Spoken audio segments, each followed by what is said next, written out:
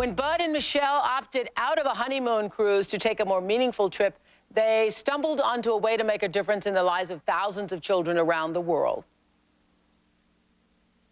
Back in 1979, we were planning our honeymoon, and we had planned to take a cruise. As we were thinking about this, I felt really compelled to try to do something that was meaningful. So instead of going on this cruise, which I wanted to do all my life, we spent a week of our honeymoon in a rural village in Guatemala. I felt very, very connected to people that looked different from me, spoke a different language from me.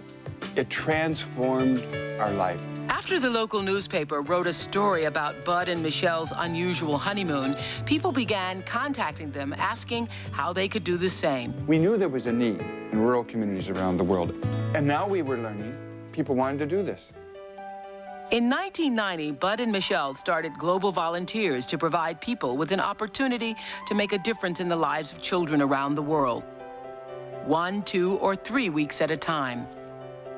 In the past 18 years, we have sent almost 13,000 volunteers to 25 countries and 8 states in the U.S. All of our programs focus on children. There you go. In Romania, we care for infants that are at risk. In India, we care for street kids who otherwise have no place to go.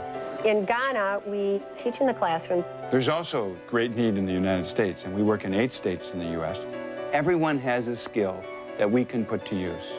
They can serve a child somewhere in the world, and that child's life will be forever changed in a positive way.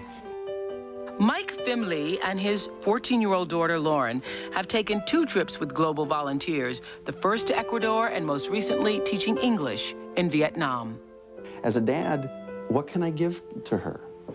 And I thought this would be the greatest gift I could. What I was taught in these places I could never have learned in school. They're so much like me, it's unbelievable. I mean, the girls would just come in and they'd start talking in Vietnamese, and I would like, oh my goodness, I do the exact same thing with my friends.